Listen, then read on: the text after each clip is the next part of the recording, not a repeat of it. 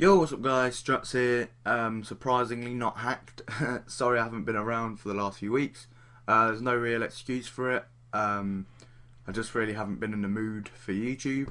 It's been like really sunny about where I am, so it's really good weather, so I'm not going to waste that. But it's a good time to do a tutorial right now, so I thought let's get onto it. And I'm going to carry on with the layout tutorial we done part one. If you haven't seen that, go look at that in the description before you watch this one. So basically we're going to be carrying on with what we were doing, and the next part I'm going to show you is kind of a like the side borders. I don't do them as much anymore, but I've done a tutorial on them. I'm going to show you how to do them in an advanced sort of way, and that will take up most of this video, but it'll be a lot better than the actual tutorial that was just showing you how to do the like how to make the patterns and stuff. This is where I'll show you like the effects I put on the stuff, on the borders and stuff. So let's just go into it. You're going to want to click on the background of this bit here. Don't know how I'll move that about, but click on that, make a new layer, and first things first, I'm going to go to a rectangle tool. Make sure it's black or white, doesn't really matter right now. I'm going to put it white so I can see it a bit more. I'm just going to take it from the top here and kind of make another layer just which surrounds the whole backing of these modules, so it looks like that. It won't be white obviously, but I'm just making it that colour for now. Go in here and change it. Going to kind of give it a bit of a darker colour to the background, and there we go. Now I'm probably just going to take these module layer style by right clicking and copy layer style, right clicking that and pasting layer style, so it's exactly the same. Alright, so now I've got that and it's ready to give borders. So go to the background layer again, click new layer, and you're going to kind of want to go creative with this and do what you like, or you can just copy what I'm doing, but it's up to you. Zoom in a bit on this left side. I'm going to use white because it stands out. Go for the pen tool, and I'm just going to click outside of the canvas area, and I'm going to hold down shift and make a line, hold down shift again. See, with the shift tool, let me just delete this. When you're using shift and you're using pen tool, wherever the pen tool is, if it's up here, it will just go straight, or if it's up to the right a bit, it will go right, down there, and it kind of just goes in a few different ways, but if you're holding shift it will stay straight or diagonal. So after that's a little tip there, carry on doing what we were doing. Not going to go too crazy with this, keep it pretty simple. So you just want to kind of do that, or however you want to do it, then connect it up at the top, right click, fill path, and yes, there we go.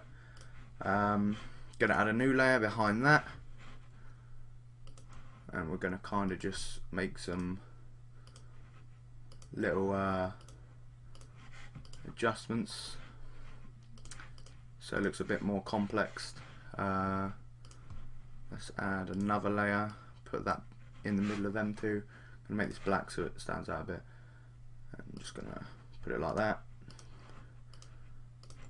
And once you've done quite a few of these, you'll get a nice little product at the end. Make one more right at the back. This won't look as good as it could, but if you use this and use your creativity with it, then you'll be able to get a better effect. But I'm kind of just doing this as quick as I can so I can get more into the video. That looks horrible, I'm not even going to go with that. Let me just do that. So kind of got a little, it's an okay pattern, and it's an okay border, but it's not nothing amazing. I'm just doing it to show you what can be done with the effects. So now you're going to want to change these colours because the white and black really doesn't look right. we'll use a dark, well, not a dark specifically, just green.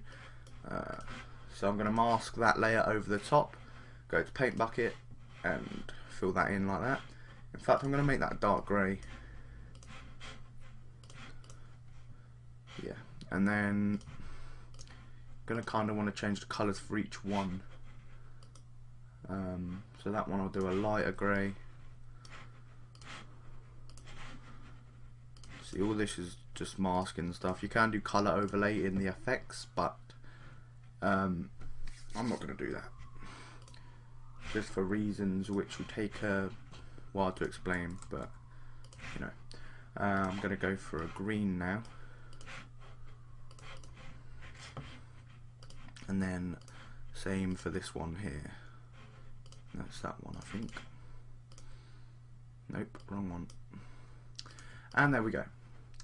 So now we've got the colours all sorted. Now this is where the effects make it look better. So we select the top one, go to effects, stroke. So start off with putting a size 1 black outline on it. I do that with a lot of things. Put a drop shadow on it, bring distance all the way down, bring up the spread a bit until it looks kind of overshadowing the back. But you kind of want it to have a nice little outline, so that's what we use spread for. Now this is bevel. Bevel is where most of the effects comes in and makes it look slightly more realistic. You can make it a lot more than realistic than I'm gonna do. Usually I would make it a lot more realistic than this, but as it's a tutorial, I want to try and do it as quick as possible. So you know, so I'm not wasting all your time, and it's not so hard or complex for you to do if you don't know how to do it. So I think I'll keep it at that. Bring the opacity down a bit. I'll leave that on the screen for like 5 seconds just so you can check that out. Just look at all them settings, and okay, so we've got that. I'm just going to right click that, copy layer style, and put it on all these. So paste layer style. So now they've all got the same kind of effect. You might want to go into like the smaller ones here and mess around with it so you can actually see the white, but I like it how it is there. Now we're going to put a new layer, and we're kind of going to do like a little inside glossy sort of kind of interior effect, so you can like see what's inside the these borders. That interruption, got a phone call. Anyway, carrying from where we are, there's a few ways of doing this. So hold down Control or Command and go to this layer here, this biggish one, and we're going to click the thumbnail. Now we're going to go to Select, Modify, Contract. What this does, it makes this come in, as you'll see in a second. I'm going to put it on about 8, and you'll see the line has come in. I'm going to do it 2 more, I think, and there we go. Now go to, I forgot what this is called. Is it Polygon? Yeah, I thought it was Polygon Lasso tool. And now you're going to want to hold down Alt and kind of click. Hold down Shift as well, using a lot of fingers here. And then we kind of want to just get this bit out here. And so you've got it like that. Then I'm going to bring it down just by using the arrow keys. And we've got it in place now. So we've got like a kind of shape where we're going to have it. And we're on our new layer. So just fill that in, whatever way you want, paint bucket, whatever. I feel like that's a bit too much to the right, so I'm just going to cut that bit off like that. And then bring it upwards a bit, like that. Right, so now we're going to mess about with these effects. So go into Effects, Stroke, as usual. Then go to Inner Shadow. Make it about 3 distance. Bring the choke up a bit, and the size. In fact, bring the size down a bit, and change the distance around. And I'm just going to try and get the best effects possible here.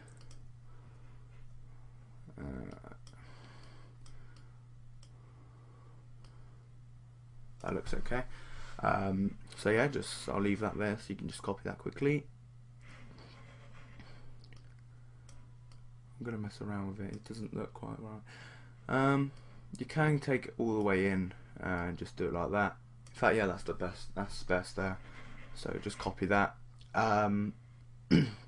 Now, next thing, click OK. Now we're gonna put gloss on that. So make a new layer. Mask that layer by going on Alt and clicking in between them two layers, so it's masked. And now we're going to select the Marquee tool, rectangular, and just hover it over half of that little shape we just done. Oh, messed up there. And go to gradient and select linear and go to the second gradient, which is white into transparent. Now we're just going to drag it from here down here like that, and that looks cool. If it's a bit too hasn't got enough boldness, then you can duplicate it, change the opacity around or whatever. And then I'm just going to put them together and merge it down into the shape. Alright, so I think I'm going to leave it as that, as part 2. In fact, I'll show you quickly this. You want to select all these, which you just done, so we've got this whole border here. And if you want it to look exactly the same on that other side, what I'm going to do is I'm going to make a group layer, put all these into group 1, and change that if you want. I'll just change it to lol. Now you can just make that smaller, and you can also duplicate that. So you've got 2 group lols. Go to edit, transform, and horizontal, and there you go. It's basically flipped it around so you can put it on the other side.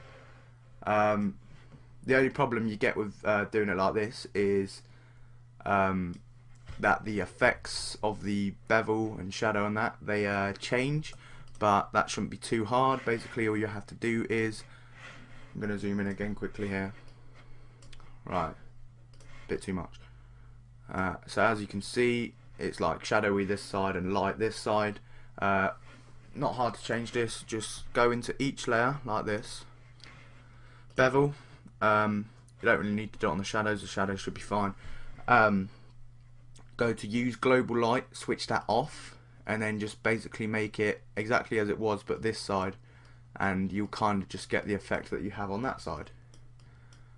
Something like that. And there you go.